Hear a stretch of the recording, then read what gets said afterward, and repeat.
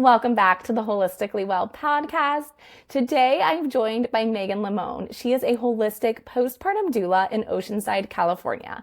And I am so excited about this conversation as I am well into my third trimester with baby 4 as we are recording this. When this releases, I will have delivered this baby and will be deep in the throes of postpartum here in February and in my fourth trimester. So this is so well timed because whether you are an expecting mother or you hope to be someday and you want the knowledge ahead of time so that you can proactively prepare, you are going to gain so much insight.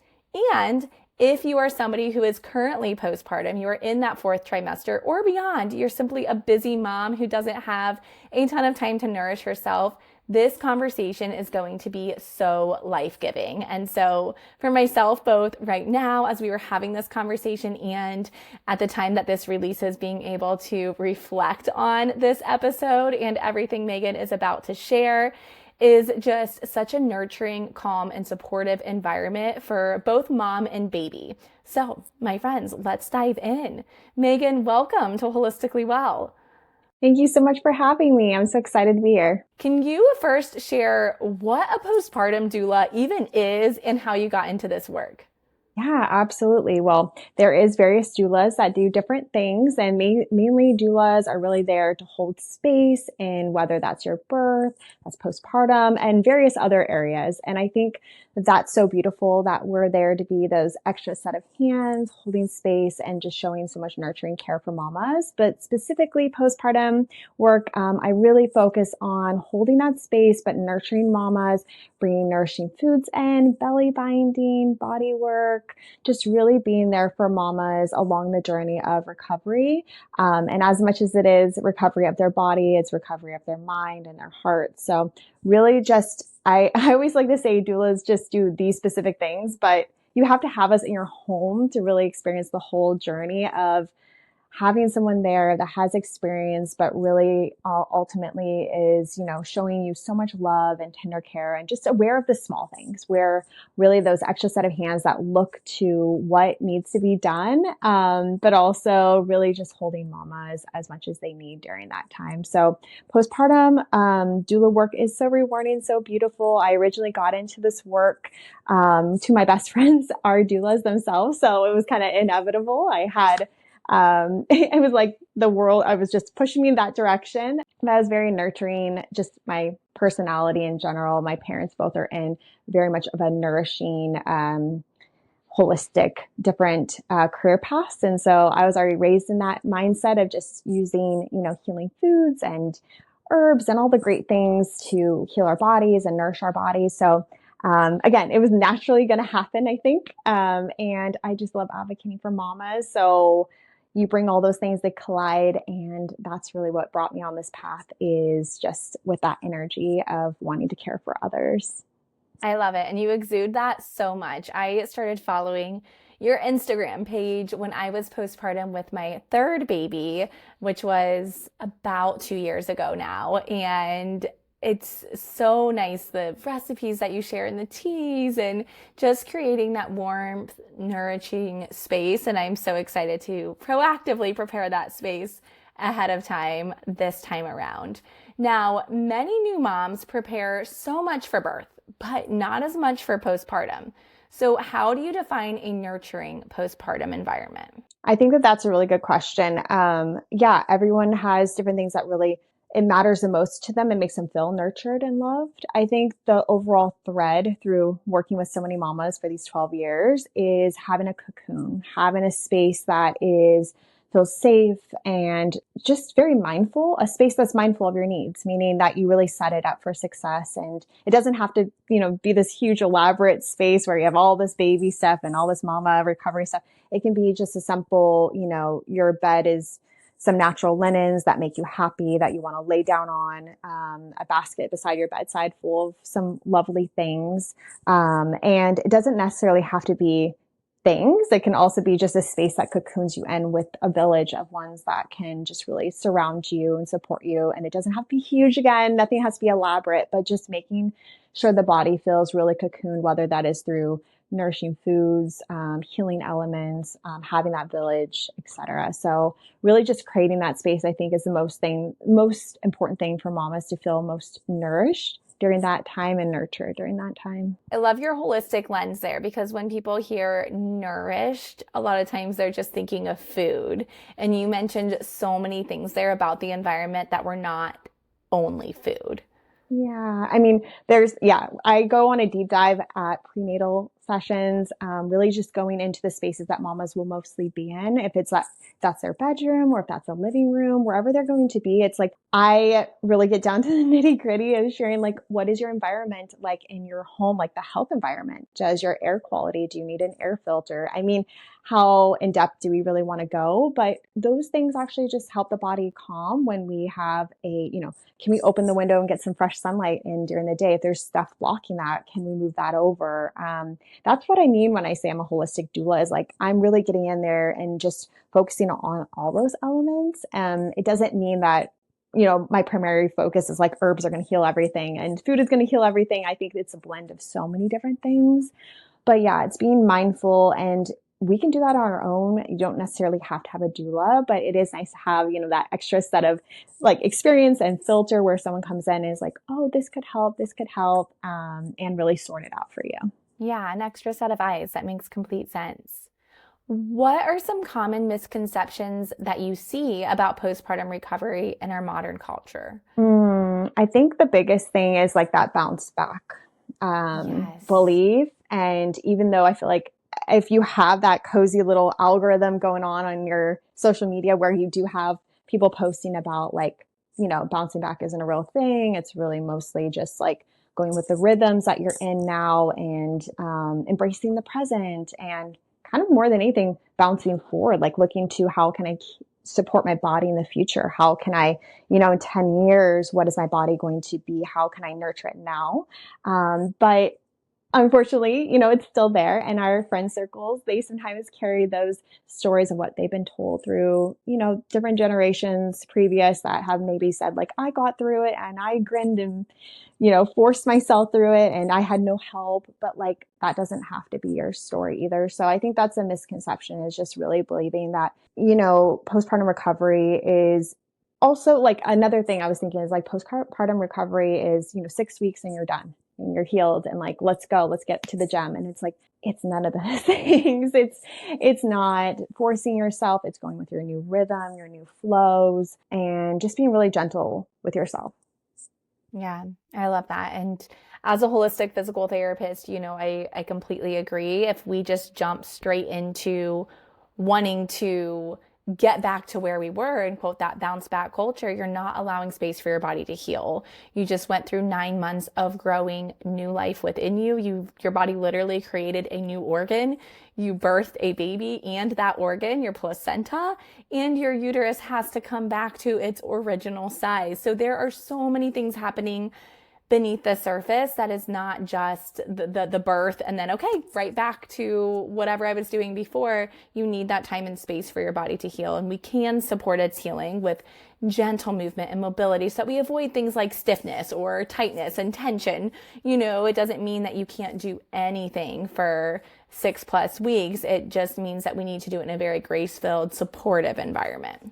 Yeah, absolutely. I love talking to pelvic floor therapists and hearing their take too, just how much the body, like, it just needs so much TLC. And there's just so much, we force it to go at a different pace than it's ready, different movements, we're hyperextending. Like, there's just so much. And the body's like, I'm not even there. I might not ever go back there or ever be there. So can you just like chill, slow down, love on me, Yes. So.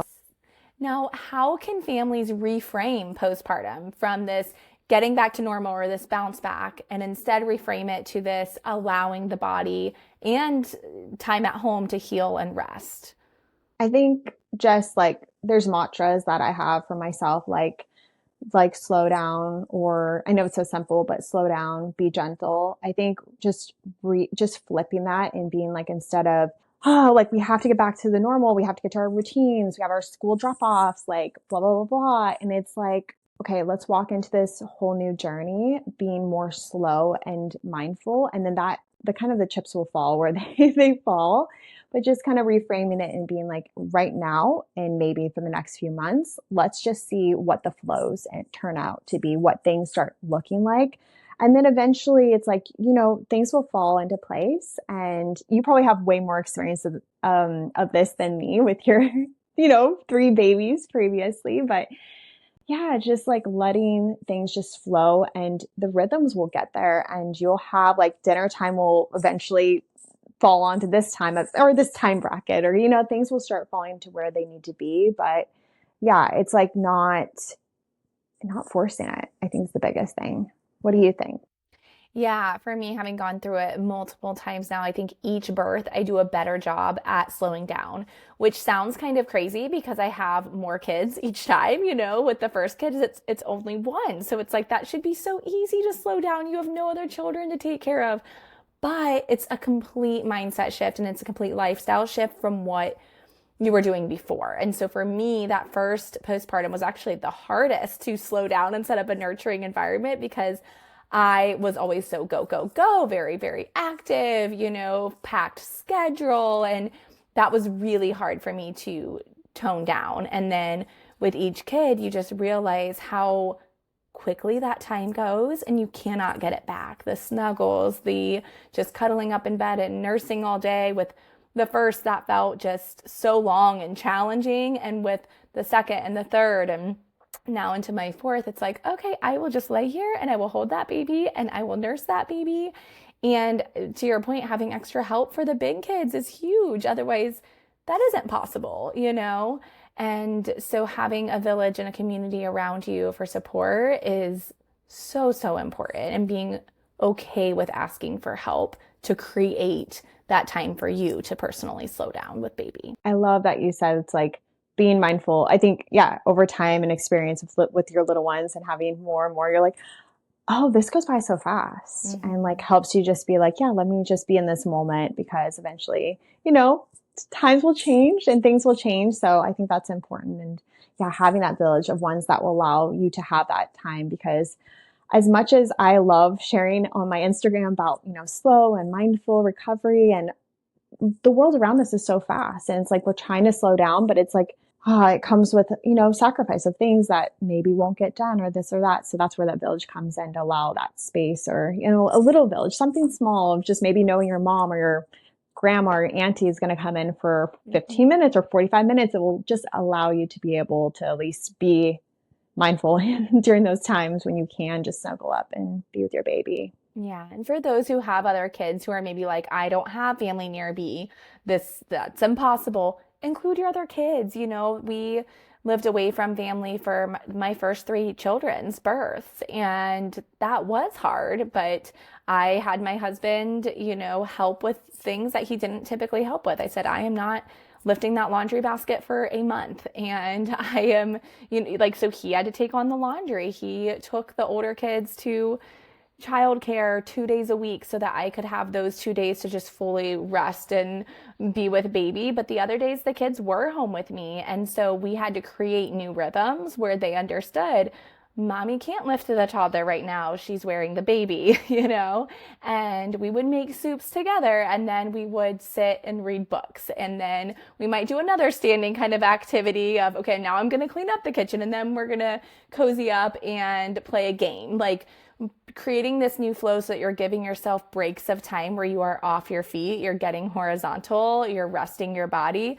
But then yes, things do need done when you do have other children at home. And so just taking on more of the low lift tasks and not things that are heftier, such as carrying an entire laundry basket up and downstairs, like that I reserved for my husband when he got home. And that spouse does have to take on more of the load during that time, but you also are taking on a different type of load. And so just having those conversations ahead of time with your partner is really important too. I love that. Yeah. Our partners. Yeah. Whenever I have interviews, I'm like, I hope your partner is there, because they are equally going to have, there's just so much that we can lean on them and get so much support from them too. And they're so important for postpartum recovery for mamas as well. It's just having that support system there. For sure. So what are your favorite ways to prepare the home before baby arrives? Yeah. I mean, I love a good prenatal and prenatal visit. And when I say that, it's like prenatal focused on postpartum. So Mm-hmm. my visit really is just preparing the nest. And I have a YouTube video that goes in depth about like the baskets and putting them in different rooms. And it might seem like silly or a luxury, but it doesn't take too much. You can grab a couple items from whatever store that you prefer, order them in, and literally just get those things in different spaces. But I love doing that in person, is really coming in and seeing, okay, let's go first through the kitchen. Like, is there any specific tools that we're going to use for quick meals? Is there, super cubes? Can I use some cubes to throw some soup in to freeze real fast? Is there containers? I mean, I just go through every little thing in the kitchen, but you can do it very quickly too, where you're just like, okay, what are 4 meals that we're going to make? Meal prep those. Sometimes I'll do that on a session. Go into the bedroom, really make sure that the bedroom's really cozy for not only just baby, but for mamas. And how is mama going to move around at night? Is there easy access to baby? Is there, however they choose to sleep with baby, is there mobility so moms can move safely, depending on their birth? Nothing, no obstacles in the way, just making sure that their bathroom is fully packed of all the good things for recovery. Like, I love a good peri bottle that makes sense, that actually works. Just, loading things up to make sure that they're where they need to be in the space and it makes the most sense. And then really just going into like the living room space and things that we kind of overlook, and we're like, I'll just grab the stuff from the bedroom, but it's like, have that basket by your bedside or your coffee table, and have the basket of maybe your lip balm, which sounds funny and silly, but like, when you're nursing or you're feeding your baby, you're not going to want to be like, hey, or if anyone's home, you're like, hey, can you get whatever? It's like having those things by snacks, your water bottle, have that, prepped in different spaces.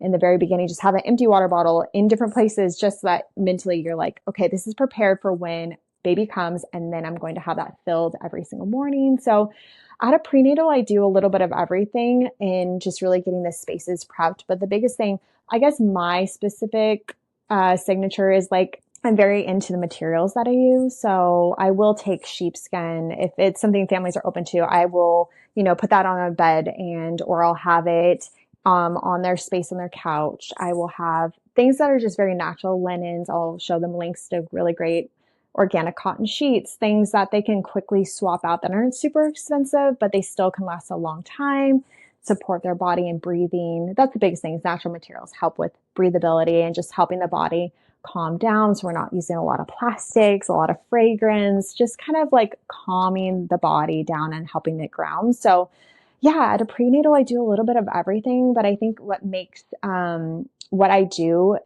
easy for families to replicate in their future postpartums, whether they have me or not, is just kind of going from room to room, not taking it all in one bite and being like, I'm so overwhelmed, but like, your kitchen, what are like 4 things you can do in there? Pantry, freezer, fridge, and maybe just like make sure that you have the containers for all of those things to put into those spaces. Bedroom, what can we do here? Tidy, clean out, make sure the environment is clean, and maybe just a basket or two. So like go in each room and really just break it down into a couple pieces, and then be like, okay, that's what we're going to do for the next couple weekends. I'm trying to make it a little more accessible, because sometimes it can be overwhelming. And, where do we start? Yes. Well, I love how you broke it down to those 3 rooms, because I think it can be overwhelming, like whole house, I need to whatever, but that's really where you're going to be spending the most time in, would be kitchen, bedroom, living room. The other room that I'm curious how you recommend preparing is the bathroom. Yeah, the bathroom is a whole thing. I had a mama that I worked with both of her babies, and every time she was like, just go to the bathroom and help me figure it out. Because for me, like the biggest thing is like, are you actually going to use these things that are in a basket or whatever stand that you have? Because sometimes I'll see moms go off TikTok and it's a million different things that they've been told to order. And then they're like, I don't use any of that stuff, like this spray or this cream or whatever. And I'm like, okay, let's break it down to like, what are you looking for in XYZ?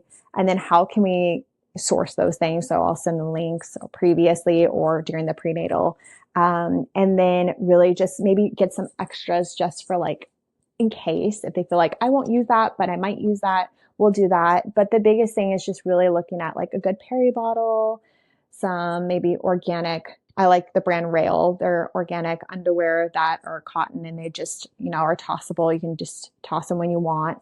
Or ones that are reusable. I love reusable after at least the first week. I think they're so wonderful. And just buy a bunch of pairs. And as long as they're organic cotton, I feel really comfy with them. And you just throw them in the wash. So I'll have those prepped and ready.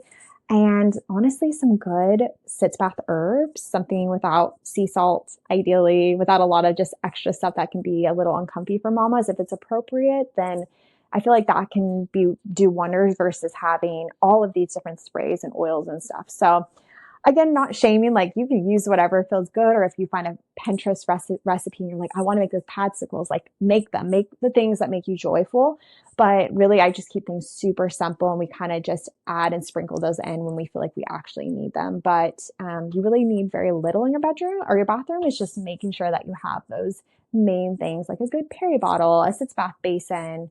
If you can't get a sitz bath basin without plastic, like bonus, like those little things, organic underwear are great if you can find them that are reusable. So how often do you recommend doing a sitz bath? Oh, okay. I mean, it varies. It varies. It depends on the mama. It depends on if I'm working with a midwife, if it's a home birth and she has her great herbs that she brings in and they're like, this is what mama should do. So I think it just varies, but I would say listen to your body. I think that's the biggest thing is if there's no reason to be cautious and you have like the full green light, I would just go with what feels good for your body. Some mamas I work with do it once a day.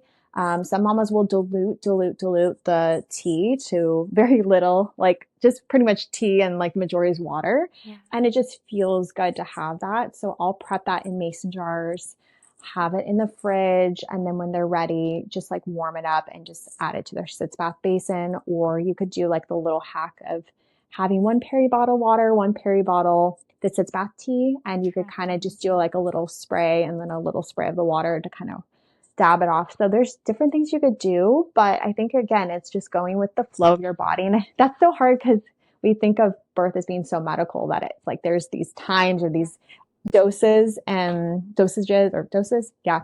And then it's like, why are we doing this to ourselves? So just like go with the flow of what our body's saying. So true, because every birth and every recovery is so unique. And so, yeah, each need can be a little bit different. Yeah. Did you like sitz baths? What was your feelings on them? So we're recording this ahead of my fourth birth. I have not done any yet. But my fourth birth, I have transitioned to a home birth midwifery team. My other three were in a hospital setting. So it's interesting you bring up kind of the medical model versus home birth model. And as somebody who is trained in the traditional medical system for my doctorate, there's a lot of like learning and unlearning when it comes to really taking the holistic side of things. So when I worked in traditional medicine, I was always the crunchy one, the holistic one, like, the only one kind of bringing in nutrition and stress management and the whole picture of the human body. And it's been interesting stepping into my own space, creating my own practice and being like, gosh, there's so many layers to all of this. And when we're trained, it's very programmed, like dosages and frequency and duration and all of that, and learning, gosh, there is this, and we have always talked about this in physical therapy, there's an art to the science, right? And so I think that is so true in the postpartum period, especially, and when it comes to labor and delivery too, there's an art to the science, and it's leaning into both of those things. Yeah. And that's where it's like, yeah, if there's no reason for caution, then go with what your body is saying. But I think also it's like take into consideration your dream team, your birth team is what I call it. And just like hear what they have to say too. Because some people will use witch hazel for sitz baths and their body does not like it. And then they'll keep doing it. And I'm like, why are you still using this? And then some mamas, they're more in tune with their body in a different way. And they're like, that doesn't feel right. Let me try this. So I think it's a blend of like, yeah, hearing advice, getting support, but also going with what your body's saying and finding that kind of in between of what's best for you. Yeah. And you had mentioned the padsicles. I have used the padsicles post-birth with each of my children, and I love those. I do the DIY, like some lavender, aloe, and witch hazel. And I think it feels amazing. That cold will help with extra swelling that's down there. So, but there also can be an argument for the warmth, right? And so there is this kind of push pull. And yes, we want blood flow, but we also don't want too much blood flow. It's just like a swollen ankle, right?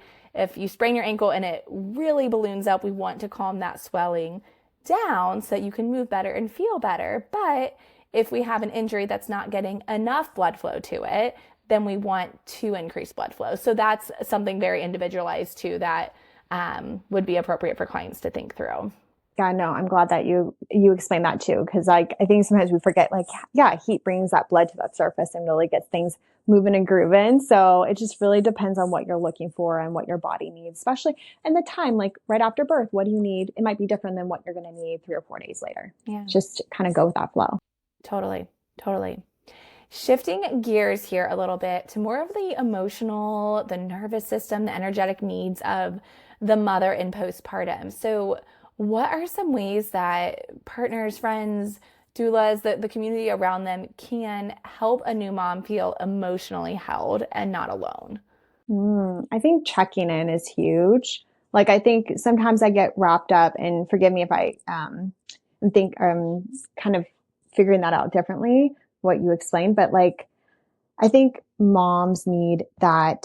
They need that, like, checking in, not necessarily doing things. I think sometimes we're like, what can we do? Like, are there stuff, like I sometimes will post something on Instagram and it gets so much attention. And I'm like, because it's talking about like things that you can do for a postpartum mama. And sometimes I'm like, it's not really about things. Like, it's just being there. And sometimes I'll have a session where 3 hours go by and I've really just made maybe tea and just hung out.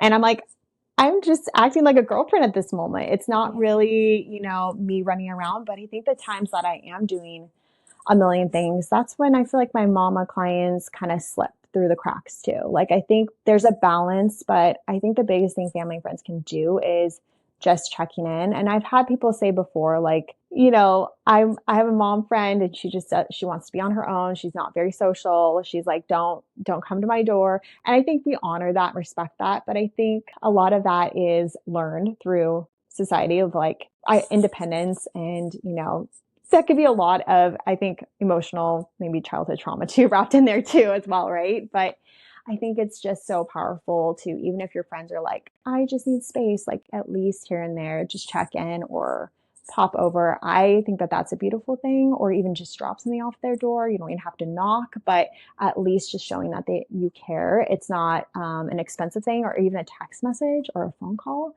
a very brief, short phone call, but that can be like really caring and loving. So it doesn't have to be this big elaborate thing, but even as a doula, like the days I'm not in a session, like when I check on my mama clients, I'll send them a text or a couple emojis if we're really close, and like, how are you doing? It's like, that means so much. I hope I answered the question. Sometimes I go off on a tangent because I have so much firing up. No, I love seeing what comes to the surface for you with that. Now, from your experience, how does a calm nervous system for the mother impact the baby's well-being and sleep? I think that's huge. Yeah. I have so much to say to that. There's so many layers to that. I think it's so powerful because how a mama feels, if a mama's flighty or if a mama's feeling just overwhelmed, and rightfully so, or maybe her environment's creating that. Because sometimes I've had mamas I work with, they're so at peace and calm, but they're dealing with all of the conflicting energy of their mom-in-law or their own mom, and they're all being flighty and, fidgety. And so then moms start getting fidgety and flighty. And I'm like, this is not your energy. This is like the energy you're absorbing. And then you see babies kind of get that way too. And then sometimes I'll see mamas that are indecisive, rightfully so. There's so much to decide and figure out. And then I feel like the baby is really like, they're just not settled. They're not grounded. So I think they're very much correlated. I think mom and baby obviously are very connected. And when you have your baby on your chest, you're snuggling them, it's hard to be super anxious. So I think that those are the moments to kind of reconnect and be like, where am I at right now? Like, check in. But that's why we really prepare for postpartum with a lot of grounding things. So even if there's so many changes that you are going to go through the ebbs and flows of it all, that's where you can lean into those things. Like I try to really be very mindful of like the reality of postpartum, but I also like to share the beauty of it. And I think that's something that attracts people to what I post, just because I share, I don't ever want to post fantasy.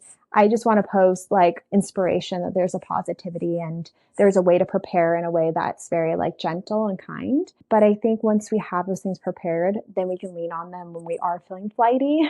It's like when me after a long work day and I'm all, anxious or jittery, it's like I have the things around me to help bring me down a couple notches. So lean into those things and they'll really help your baby ground and connect you. And if you aren't able to get there, there's a million people, so many great providers that can help you get there too. If whether it's craniosacral work or it's just having your doula there or a really good massage, fascia work, like there's so much we can do to help mamas and recalibrate and connect with their babies and just feel more grounded. So again, I hope that answers your question, but like, I think it's so beautiful if we just create that cocoon ahead of time. Like, Yes.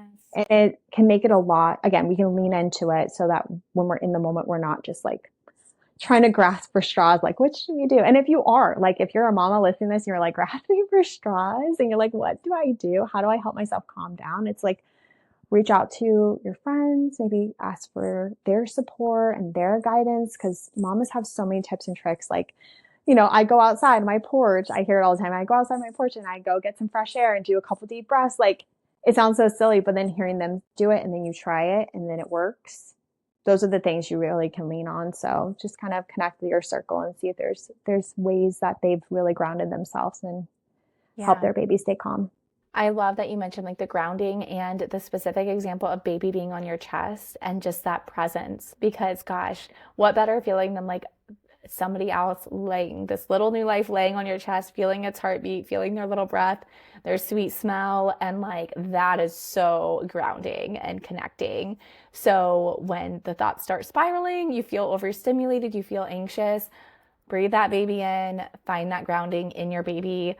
Absolutely. I love that example because that can be done anywhere that you are. If you're in your home, if you are at your in-laws' house, if you are picking up groceries, whatever it may be, we want to create that cocoon at home, but the reality is there may be times when you're not only in your home. And so having that grounding principle, no matter where you are, is really, really big to come back to. Yeah.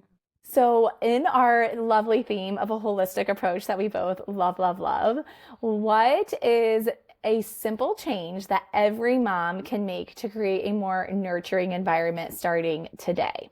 A simple change. I think the biggest thing is like creating, again, that cocoon. I like always go back to just creating a space that really makes you feel calm and joyful. And that might look different in this season versus previous seasons. Maybe previously you're like, I'm a minimalist. I have to have nothing in my home, like empty, empty, clean, clean, clean. But maybe in this space, you're like, I really need a bunch of really cute, cozy candles. I need slippers. I need 500 different blankets. Like, I think just leaning into creating that cocoon and that cozy space. And that could be prenatally before your postpartum, or again, if you're a mom right now and you're in it and you're like, I need tools. I need things to like help me. I think it's just really creating that space. And it can change, obviously, depending on where you're at. If your little one's a toddler, then now it's like, can you create a space that you feel comfy to sit on the floor with them and read books? Like, just really navigating whatever season you're in and looking at and saying, is this space like something that can just really bring me joy and help me feel grounded? And within that space, like, yeah, there's so much you could do. Does it have snacks around? Do I have my teas? Do I, like you could kind of go on, but really just cocooning and looking at that space as a place to really bring you peace, I think is really important. I love that. Now, for a postpartum mother in her 4th trimester, so those first 12 weeks post-birth, what would an ideal day of nourishment look like from a food standpoint? Because you share so much on the teas and the food and all of that. So I would love for our community to hear your ideal layout of nourishment for mom. Yeah, I know we talk so much about cocooning, but I'm like, what about the food, the nourishment, in terms of food and what that could look like? I mean, like the nitty gritty of like the meals, or what are you thinking? Like the specifics? Yeah. I mean, I love a good soup. I love a good stew. I love starting with having those prepped in the fridge and freezer. That's like the beginning of, as I prep, like putting those in place, because I feel like, and if this is in the season that you're in, like, you might be like, okay, well, I'm due in the summer, so this isn't going to work for me. So we'll pivot. We'll do like a stir fry or something else. But I do like getting those in place and just making sure that whether that's prepping them beforehand or at least having the recipes on standby or have a meal train and have those recipes like written in the meal train, like something, just get those recipes in place because you can really be really like versatile with them. You can use them for breakfast. You can use them for lunch. Sometimes I'll have soup for breakfast and it feels lovely, or bone broth. So really just getting those soups in place, whether if that's the first couple weeks post birth or if you're 12 weeks plus into postpartum, they're still going to be lovely. Your belly's still going to be happy. And a lot of mamas crave those things continually while they're, their gut is healing, their blood is building, all the good things are happening for their body. So just like leaning into, I think, the warm, nourishing foods, which we hear more and more now than ever. So I'm so happy that we're really going back to like traditional warming foods. But I do really like getting those in place. And then I kind of like lean into the snacks. So prepping your snacks, what are some protein, easy digestible foods? So I say protein, America, the States, we're like all about the protein. So sometimes I'm like, is it really nourishing for your gut? So that's something to look into is like, maybe the source of protein. We can kind of pivot and look at something that's a little more easy digestible. Maybe use some collagen protein, like powder in there. Could we use some, grass-fed butter? Could we mix in, XYZ, almond butter, whatever. But really just looking at your snacks as a way to not only nourish your gut, but also give you that protein, those carbs, those fats, the balance. And I really love a good muffin. So for me, I feel like I can hit all those things with a good muffin, and throw some fruit in there and just kind of give it a little extra pizzazz, which again, so simple. You can just go on Pinterest and find a million good recipes. And I have some on my blog too, but muffins are easy because you can prep them like in a little pan. So it's like sometimes 6 to 12 and then you can freeze half. So those are great. And then as you go through all of your seasons of life with your little one, maybe when they're toddler, you still have those recipes on the back burner and you can prep those for your little one as their first foods or their first snacks or, so it can go on and on. But I think the biggest thing again is just having that warmth, that nourishment in there and then kind of go from there and see what kind of snacks can I weave in and throw in there as the in-between. Yeah. I love that you brought that full circle analogy of yes, the foods that are nourishing and healing to our body postpartum, they are going to be nourishing and healing across the lifespan for us and for our kiddos. And so laying that foundation prenatally is one of my favorite things with patients so that it doesn't feel overwhelming when it comes to postpartum, like they're eating an entirely different way. It's like, no, I'm just used to nourishing my body, nourishing my gut, all of that.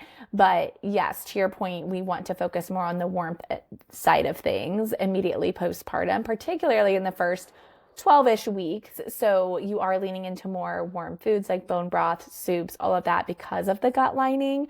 If you think of everything that the internal organs just went through, they were all reoriented as baby was growing, and then now they're resettling into place. And so that is why, in part, to not dig too much into the science of it, but in part why that warmth is so important.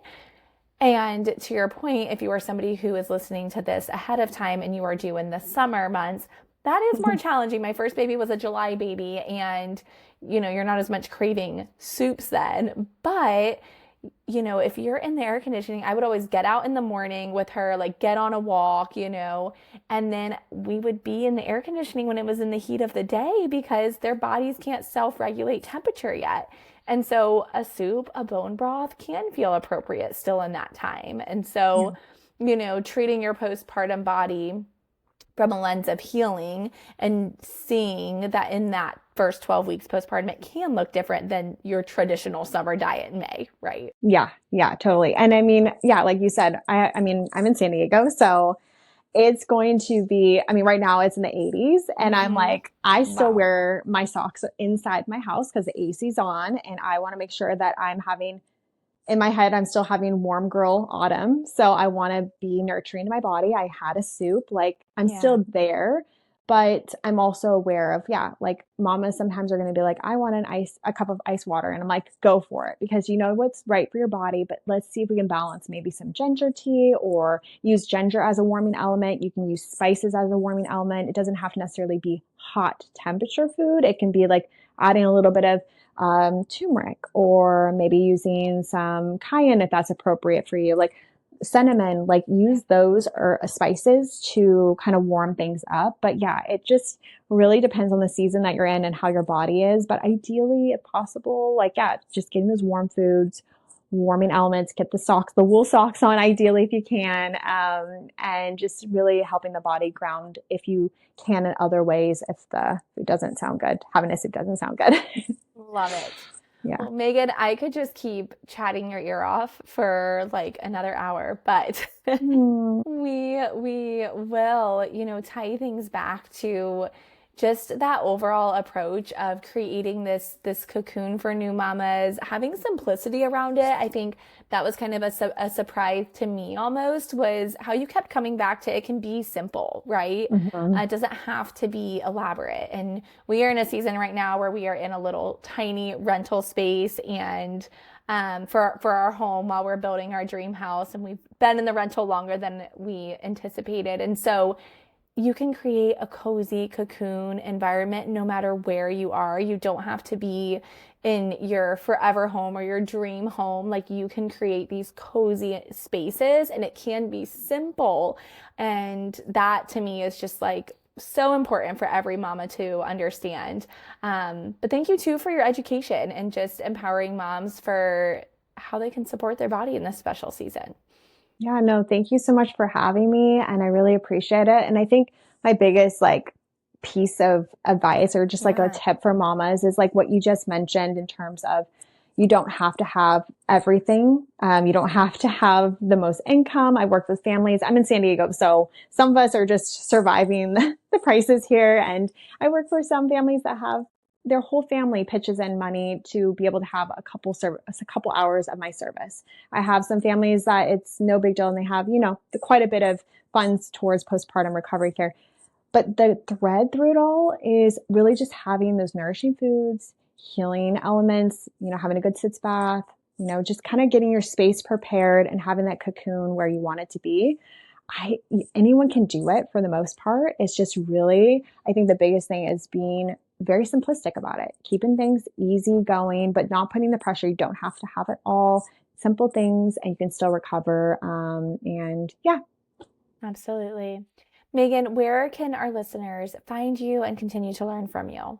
Yeah, well, mainly I'm on my Instagram, Megan Limon Doula. I like to post really cozy postpartum inspirational posts and lots of yummy recipes on there. And it just mainly a space to bring joy. And then also my website, meganlimondoula.com. And then you can also find me on Pinterest, YouTube, and TikTok, all the places. But yeah, I have a lot of guides and a couple ebooks for you all to enjoy and just helping, create your postpartum cocoon and helping it be really simplistic.